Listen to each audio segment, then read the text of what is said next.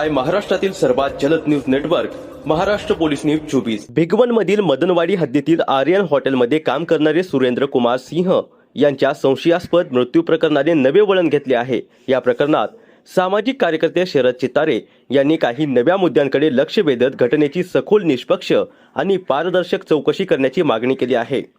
मृत्यूमागील नेमके कारण स्पष्ट करण्यासाठी सर्व पुरावे, सीसीटीव्ही फुटेज आणि संबंधितांच्या जबाबांची कसून तपासणी करण्यात यावी अशी त्यांची भूमिका आहे। दरम्यान हॉटेलचे मूळ मालक देवकाते तसेच व्यवस्थापक चंदन शिबे आणि शेट्टी यांच्यासह संबंधित सर्वांची चौकशी होणे आवश्यक असल्याची मागणीही पुढे येत आहे।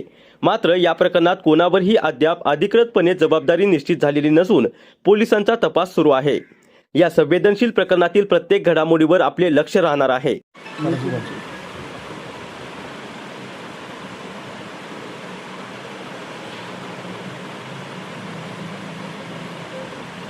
नाना, काय सांगाल आज आपण भिगवणमध्ये जे प्रकरण घडलेलं आहे, एका कामगाराचा मृत्यू झालेला आहे, या मृत्यू प्रकरणाला एक वेगळं वळण लागताना दिसतंय। या मृत्यू प्रकरणी संशय जे काय निर्माण होत आहेत याविषयी कसं बघताय आपण आणि याचा तपास कोणत्या दिशेने चालू आहे?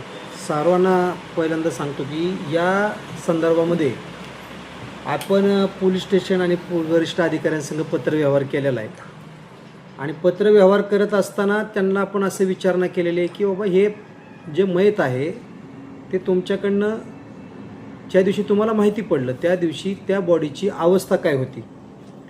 तर माहितीनुसार त्यांच्या खबरीमध्ये सुद्धा त्यांनी 9 दिवसानंतरनं ती बॉडी आम्हाला मिळाली असं म्हटलेलं आहे आणि संशयाचा धागा त्याच ठिकाणावरती आहे की तो माणूस ज्या ठिकाणावरती मृत्यू पावला गेला त्या ठिकाणावरती तो कामगार आहे आणि एखाद्या कामगाराच्या जीवाचं चांगलं वाईट करण्याचं सर्व अधिकार हे व्यवस्थापकाकडे असतात।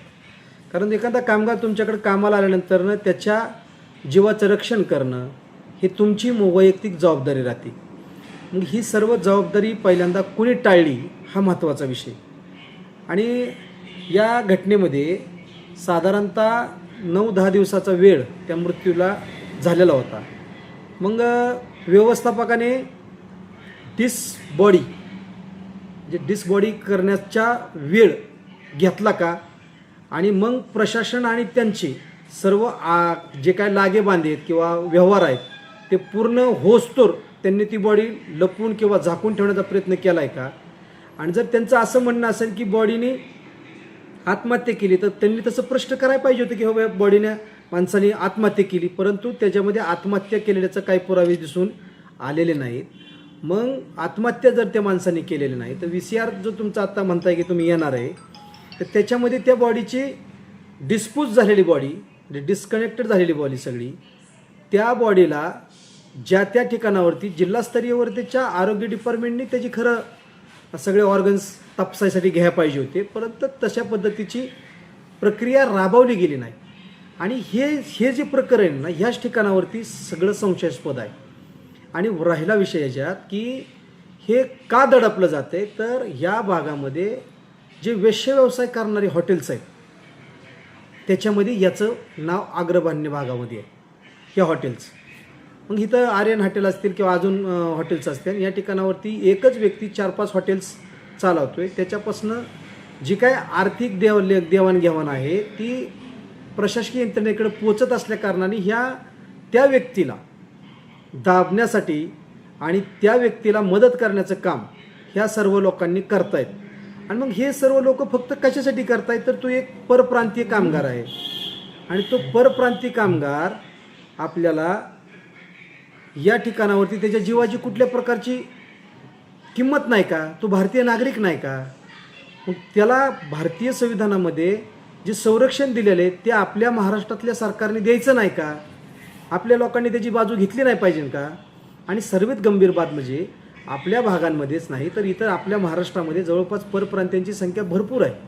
आज खालच्या स्तरावरची चतुर्थ श्रेणीमधली कामं करण्यासाठी ही परप्रांतीय लोक काम करतात आणि मग त्यांच्या जीवाची जरा आज एखादं प्रकरण दडपलं गेलं तर उद्याच्याला या भागामध्ये काम करण्यासाठी माणसं उतरत्यान, त्यांच्या कामगारांच्या जीवाचं कोणतंही रक्षण होत नाही अशा पद्धतीची त्यांच्या मनामध्ये भावना निर्माण झाली तर इथल्या व्यावसायिक दृष्टिकोनात असणाऱ्या लोकांवरती सुद्धा त्याचा परिणाम होऊ शकतो. म्हणून भविष्यामध्ये अशा कामगारांवरती अशा कुठल्या पद्धतीची घटना घडू नये आणि त्यांना कुठंतरी न्याय भेटला पाहिजे. आपल्याकडे कामगार कल्याण महामंडळ आहे. मग ह्या व्यवस्थापकांनी त्याची कामगार महामंडळाकडे नोंद केली का? जर केलेली असेल तर त्याला नैसर्गिकरित्या जरी मृत्यू झाला तरी 3.5 लाख रुपये महाराष्ट्र शासन देते त्याच्या नातेवाईकांना. आणि जर अपघाती मृत्यू झाला असेल तर तरीसुद्धा त्याला 5 लाख रुपयाचं त्याला विमा पॉलिसी दिली जाते किंवा त्याला निधी दिला जातो आहे. मग मला एवढंच म्हणायचं आहे की ह्या सर्व कामगारांचं संरक्षण करणं महाराष्ट्र सरकारचं जबाबदारी नाही का? शासनाची जबाबदारी नाही का? का फक्त आपल्याला कुणीतरी देतंय घेतंय म्हणून आपण त्याची बाजू घ्यायची नाही आणि चांगल्या माणसांचं किंवा चांगल्या कामगारांचं आपल्या इथं जर मृत्यू झाला तर त्याला आपण जबाबदार राहायचं नाही. म्हणजे ही जबाबदारी टाळणं हा सर्वात मोठा गुन्हा आहे प्रथमतः. आणि हॉटेल व्यवस्थापकाचा काय गुन्हा आहे तर हॉटेल व्यवस्थापकाने 10 दिवसानंतर किंवा 9 दिवसानंतर त्या कामगाराचा मृत्यू ते पाहायला म्हणतोय. अरे बाबा तुझ्याकडे स्वतःकडे तो कामगार कामाला आहे, तो चेकआउट झाला का, तो कामावर आला का, तो का कामावर येऊ शकला नाही, याची जी देखरेख आहे बघण्याचं काम व्यवस्थापकाचं होतं ते व्यवस्थापकांनी नीट केलेलं नाही. त्यामुळे ह्याच्यामध्ये प्रथम गुन्हा असा दाखल होतो त्या माणसाच्या विरोधात ज्या हॉटेल व्यवस्थापक असेल किंवा मालक असेल त्यांना हलगर्जीपणा त्या मृत्यूला कारणीभूत ठरतो. त्यांच्या हलगर्जीपणामुळे त्याचा मृत्यू झाला असं आमचं स्पष्ट मत आहे आणि म्हणून त्यांच्यावरती तो गुन्हा दाखल झाला पाहिजे आणि त्यांना त्वरित अटक केली पाहिजे. जर तसं नाही झालं तर भीमा कोरेगाव स्तंभाच्या वतीनं येत्या एकादशी यात्रा आपली संपल्यानंतरनं एक तीव्र पद्धतीचं आंदोलन या ठिकाणावरती छेडलं जाईल आणि विशेषतः प्रशासनामध्ये जे सामील आहेत अधिकारी त्यांचे पुराव्यासह काही ऑडिओ रेकॉर्डिंग आम्हाला उपलब्ध झालेले ते आम्ही SP साहेबांपर्यंत कमिशनर साहेबांपर्यंत पोच करू आणि त्याच्यावरती त्या अधिकाऱ्यांवरती कारवाईची मागणी करू. जे त्यांच्यामध्ये कम्युनिकेशन झालेलं आहे ते कम्युनिकेशनचे काही प्रकार आम्हाला समोर आलेले ते आम्ही प्रशासनाला दाखवून देऊ. त्याचप्रमाणे मी या माध्यमातून त्या नातेवाईकांनाही आव्हान करेन की तुम्ही कोणत्याही दबावाला बळी पडू नका, तुम्ही कोणत्याही प्रकारचं कारण शोधू नका. आपण जगायला आलो, आपण कामाला आलो म्हणजे आपण कोणाचे गुलाम झालेलो नाही, तर आपण ह्या भारताचे नागरिक आहोत आणि आपल्याला न्यायव्यवस्थेवरती विश्वास ठेवा. तुमच्या बाजूने आम्ही आहोत. जर तुम्हाला कोणाची अडचण असेल तर आम्हाला तुम्ही निश्चित कळवा, मला कॉन्टॅक्ट करा. मी तुमच्या बाजूने खंबीर उभा आहे तुम्हाला योग्य तो न्याय देण्यासाठी. ज्या त्या गोष्टीचा प्रयत्न करता येईल त्या पद्धतीने आम्ही प्रयत्न करू आणि स्तंभ तुमच्या पाठीमागे उभा राहील. नाना, याच्यामध्ये देवकाते असतील किंवा चंदनशिवे असतील किंवा सट्टे असतील या तिघांच्या मध्ये जे मूळ मालक आहेत त्यांनी मात्र तक्रार दाखल केली नाही. कसं बघता याच्याकडं?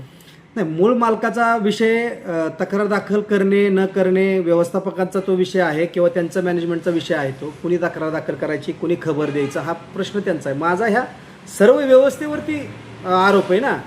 मालक त्याला जबाबदार आहे, मालकाचा व्यवस्थापक जबाबदार आहे आणि त्या लोकांनी त्या माणसाची जाणून बुजून हेळसांड केलेली आहे, त्याच्याकडे दुर्लक्ष केलेलं आहे.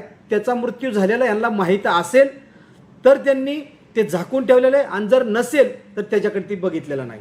आणि मग हे बघितलं का नाही हाच माझा प्रश्न आहे आणि त्या जीवाची काळजी का घेतली गेली नाही हा माझा प्रश्न आहे. म्हणून त्यांच्यावरती हलगर्जीपणाचा प्रथमतः गुन्हा दाखल झाला पाहिजे आणि नंतर त्यांच्यावरती 302 गुन्हा दाखल केला पाहिजे. महाराष्ट्र पोलीस न्यूज 24 साठी पुणे जिल्हा प्रतिनिधी शिवाजी पवार.